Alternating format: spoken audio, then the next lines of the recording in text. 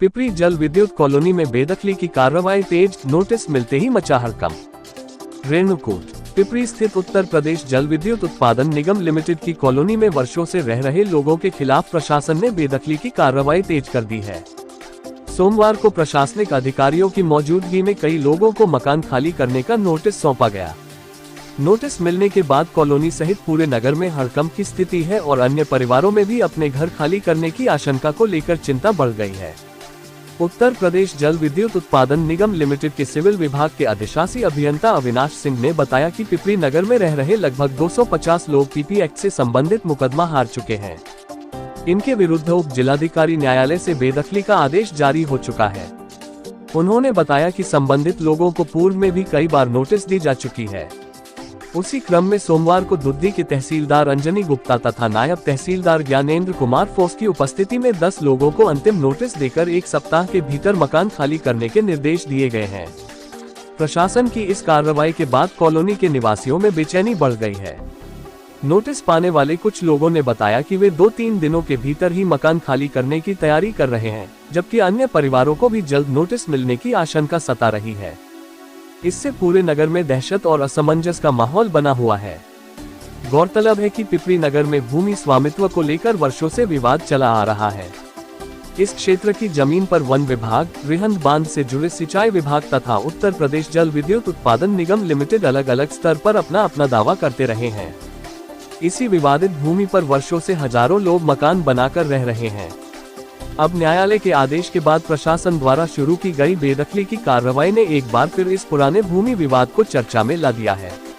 स्थानीय लोगों का कहना है कि वर्षों से निवास करने के बावजूद अब अचानक बेदखली की कार्रवाई से उनके सामने आवास का गंभीर संकट खड़ा हो गया है। वहीं प्रशासन का कहना है कि न्यायालय के आदेश का पालन कराना उसकी जिम्मेदारी है और आगे भी नियमानुसार कार्रवाई जारी रहेगी। प्रशासन द्वारा नोटिस वितरण शुरू होने के बाद पूरे पिपरी नगर में भविष्य को लेकर लोगों की चिंता बढ़ गई है। खबर जगत के लिए सोनभद्र से मनोज सिंह राणा की रिपोर्ट जारी है। माननीय हाईकोर्ट में हमें जवाब लगाना है इस बाबत कि ये श्रीमान उप जिलाधिकारी महोदय द्वारा जो बेदखली का आदेश पारित किया गया था और उस संदर्भ में उक्त मकान जो है, जैसा कि एक्सीएन साहब भी साथ में है, तो इन्हीं के साथ में ये सभी जो अवैध रूप से अतिक्रमित लोग हैं सबको नोटिस दी गई है आज कि अगले 1 सप्ताह में जो है इसे खाली करिए, अन्यथा बलपूर्वक इसे बेदखल किया जाएगा। सर कितने क्वार्टर को नोटिस मिल गई है? अभी फिलहाल हम लोग शुरुआत किए हैं तो 10 मकान को जी नोटिस दिया गया है। ये प्रक्रिया आगे भी चलती जाएगी? जी, ऐसे ही कंटिन्यू चलती रहेगी। ठीक, थैंक यू सर। इस वक्त मैं पिपरी वीआईपी कॉलोनी में मौजूद हूं। फिर अधिकारी जागे और यहां कॉलोनी में जो अवैध अतिक्रमण है उसे हटाने के लिए प्रशासन घुस चुकी है अंदर।